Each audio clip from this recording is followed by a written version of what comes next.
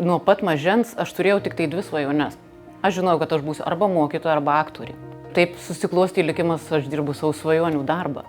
Aš esu ir mokytoja, ir vis dar teatras yra mano gyvenime.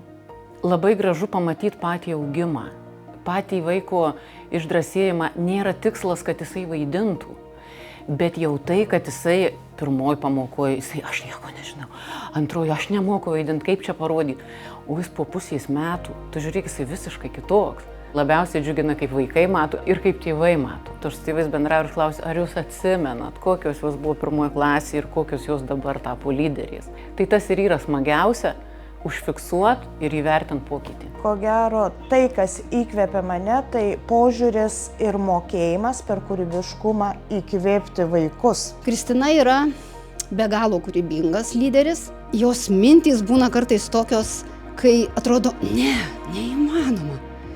Ir tas, kas neįmanoma, pasidaro įmanoma su jos vadovavimu, su jos empatija, supratimu, su jos ta lyderystė tokia. Kristina žavi savo netradiciniu požiūriu į ugdymo proceso organizavimą, kūrybingumu, iniciatyvumu, veržlumu bei įtraukiojo ugdymo idėjų plėtojimu.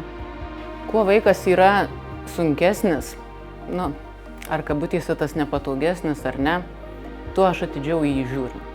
Tai aš visada ir pati, ir mokytojam visada sakau, kuo vaikas piktesnis, tuo labiau jį užjauskim.